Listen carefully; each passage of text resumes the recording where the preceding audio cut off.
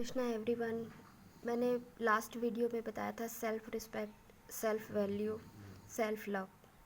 तो वो कैसे होता है, हमारे अंदर की जो ब्लॉकेज होती है, कहीं ना कहीं हम अब खुद अपनी नेगेटिविटी का अंदर शिकार हो जाते हैं। बार बार ओवर थिंकिंग करना या किसी बात का मन में घर कर लेना, पर्टिकुलर पर्सन, पर्टिकुलर कोई सिचुएशन जो हमारे मन में हम बार बार उसी चीज़ों के बारे में सोचना शुरू कर देते हैं, तो वो हमारे लिए ब्लॉकेज का काम करता है।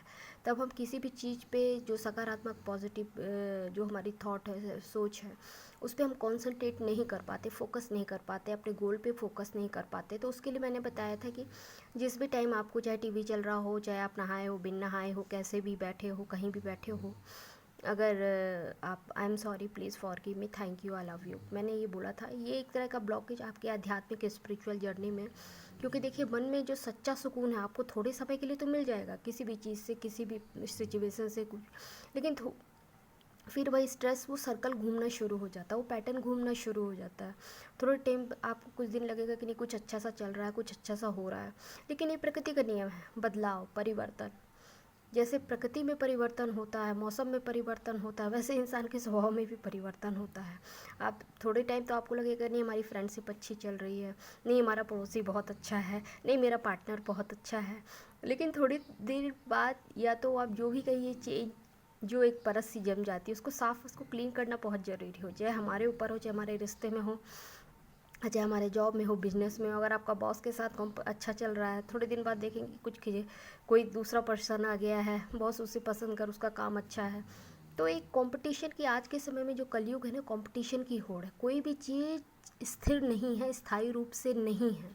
अगर हमें अपने जीवन में स्थिरता लानी, हमें सक्सेस होना है, तो स्वाभाविक सी चीज़ है कि आज के समय भगवान का नाम जाप ही बहुत इम्पॉर्टेंट है। क्योंकि आज कोई सिर्फ मन से भी उनकी, अगर उन्हें याद करके उनसे माफ़ी मांगता है, उनसे रिक्वेस्ट करता है, जो भी मांगता है वो ज़रूर सुनी जाती है। तो ये कब होगा? धीरे धीरे जब हम उन्हें याद करेंगे, उनके बारे में चैंट्स करेंगे, उनके बारे में सोचेंगे, उनकी कथाएँ पढ़ेंगे, उनकी भजन सुनेंगे, आरती करेंगे, तो हमारे अंदर अपने आप वो पीस और माइंड, हमें खुशियाँ बाहर नहीं मिलने वाली, ना कोई सिचुएशन हमें खुश कर सकती है, ना कोई इंसान हमें खुशी दे सकता है। ये मान के चली जाए, वो पेरेंट्स हो, बच्चा हो, कोई भी हो, कोई नहीं कर सकता। हम सिर्फ दूसरों के लिए करते रहते, लेकिन पता चलता हमारी वैल्यू नहीं है, हमारा ही वो नहीं है। सिर्फ आज के समय में सब स्वार्थ से, एक दूसरे से, एक सेल्फिश के उससे जुड़े। ये हमारा काम पूरा होगा तो हम इसके साथ रहेंगे, या ये हमारा ऐसा चीज़ पूरा होगा, चाहे वो बच्चे हों, पेरेंट्स हों। पेरेंट्स का भी कहीं ना कहीं बच्चों के साथ ये रहता है कि अरे हमने इसको पाल पोस के बड़ा किया है, बुढ़ापे में हमारे साथ ऐसा करेगा, हमें रखेगा। लेकिन थोड़े टाइम बाद क्या होता है ना, जब भी कोई थर्ड सिचुएशन, अगर बेटा बहू है या बेटी दमाद कोई भी है, थोड़े दिन बाद वो सिचुएशन अपने आप नेगेटिव होने लगती है। ये एक ट्रुथ है, इसको एक्सेप्ट करना पड़ता है कि नहीं, ये हमारे साथ ऐसा हो रहा है या ऐसा। तो कहने का मतलब ये है कि सारी चीज़ों को इग्नोर कीजिए। इग्नोर हम कब कर पाएंगे? जब हम यहाँ से मोह माया से थोड़ी ऊपर उठेंगे, डिटैच होंगे। या अगर स्टूडेंट भी है, मैं खाली बुज़ुर्गों की बात नहीं कर रही हूँ, मैं एनी किसी भी एज ग्रुप, किसी के लिए भी बात कर रही हूँ, चाहे वो स्टूडेंट है, चाहे वो जॉब में है, बिजनेस है, हाउस वाइफ है, कोई भी है, कैसे भी है, सिंगल गर्ल है, सिंगल बॉय, कोई कैसे भी आप सिंगल लाइफ जी रहे हो, डिवोर्सी हो, कुछ भी हो, विडो हो, कैसा भी हो, अगर आपको स्टेबिलिटी चाहिए, अपने अंदर से सुख चाहिए, बाकी चीज़ों पे ध्यान नहीं देना, तो आपके प्रभु के शरण में आज भी जाना पड़ेगा। क्योंकि यही रियलिटी है, वही स्टेबल हो सकता है, वही स्थायी हो सकता है, और वही अपने अंदर, हमारे अंदर वो खुशी आती है, वो सुख आता है जिस दिन हम अपना सब कुछ उनके चरणों में समर्पण कर देते हैं। आखिर बताइए, मैं गलत बोल रही हूँ तो?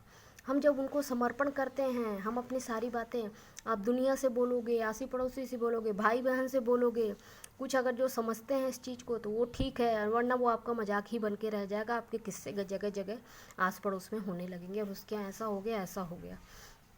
तो इससे अच्छा है अगल बगल ना बोल के, किसी को ना बोल करके प्रभु का चैंट्स करिए, है ना। ये एक स्टार्टिंग, मैंने आपको एक फर्स्ट स्टेप बताया था कि I am sorry, please forgive me, thank you, I love you. ये गॉड से बोलना है, गॉड से बोलना नहीं, आपको चैंट करना है ये चीज़। धीरे धीरे आपको फ़र्क दिखेगा। कितनी भी बड़ी सी बड़ी बीमारी हो, कितना बड़ा से बड़ा संकट हो, मुसीबत हो, उसका नाम लेने से सब हट जाता है। उसके आगे कोई मुसीबत नहीं, उसके आगे कोई तंत्र किया नहीं, कुछ नहीं। जो उसको मानता है, उसको विश्वास करता है, उसकी चैंटिंग, उसका याद, उसका आरती, उसका भजन, इसलिए मैं बार बार सॉस डालती हूँ, ताकि 2 मिनट भी हमारे कानों में अगर ये पड़ता है तो हम अपने पथ से नहीं भटकते, अपने मार्ग से नहीं भटकते। तो इसके लिए सबसे पहले तो अगर हम एक कदम भी चढ़ते हैं, एक कदम भी चलते हैं, हमको हो सकता है कि शुरू में 51 टाइम 108 टाइम बहुत दिक्कत होती है, मन नहीं लगता। तो जब मन नहीं लगता तब हमें I am sorry, please forgive me, thank you, I love you, ये 5 वर्ड्स बोलना है अपने ब्लॉकेज को हटाने के लिए जब हमारा मन नहीं लग रहा है। लेकिन ऐसा नहीं है, अगर आप चैंट का मतलब क्या है, आप किसी की पुकार कर रहे हो, आप किसी को बुला रहे हो अपने हेल्प के लिए।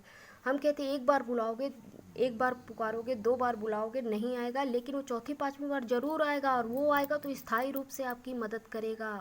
ये बिलीव करिए, विश्वास करिए खुद के अंदर कि हम जिसे बुला रहे हैं, हम जिस भी धर्म से हैं, हम जिस भी ईश्वर को अपने मानते हैं, हम जिस भी वाहे गुरु, जिस भी ईशा मसीह, जिस भी अल्लाह, जिसको भी हम मानते हैं, राधा कृष्ण, सीताराम, हर हर भोलेनाथ, जय माता दी, के माँ संतोषी, कोई भी देवी देवता, संसार का कुछ भी, हम अगर उसे पुकार रहे हैं तो वो दिव्य शक्ति हमारी मदद जरूर करेगी।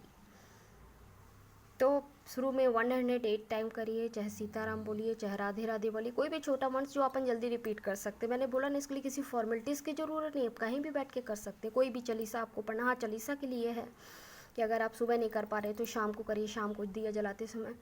तो चाहे हनुमान चालीसा करिए, चाहे गायत्री चालीसा करिए, चाहे शिव चालीसा, कोई भी चालीसा करिए जिसमें आपको आस्था है, वो पढ़ सकते हैं, वो चैंट्स कर सकते हैं। फिर देखिए आप कैसे नहीं आपका प्रभु हाथ थामते, कैसे नहीं आपकी विपदा को करते हैं, आप अंदर ही से आप खुश रहने लगोगे। उनका नाम जाप करते, उनको याद करते ही आपको अंदर से खुशी मिलने लगे। तो जब हमें ऐसा अनुभव होने लगता है कि हम अंदर से खुश हैं, हम बिना जाप के नहीं रह सकते, हम अकेले रह के सिर्फ प्रभु का ध्यान ही करेंगे, जब ऐसा महसूस होने लगता है तो ये समझिए आप स्पिरिचुअलिटी, आप धर्म के रास्ते पर, आप अपने अध्यात्म में आप चल पड़े हैं। और एक एक स्टेप ही चढ़ता है इसमें इंसान, एक स्टेप बाय स्टेप, एक सीढ़ी एक कर चढ़ता है। पर ये कि अगर उसने हाथ पकड़ लिया तो आपको सीढ़ी ज़रूर चढ़ाएगा, और उसके प्यार से बढ़ कर के दुनिया में किसी का प्यार नहीं है। Love is a God is a love. उनके प्यार को समझिए, उनको अनुभव करिए, देखिएगा धीरे धीरे आपके लाइफ में मिरेकल शुरू हो जाएगा। जय श्री राधे कृष्ण।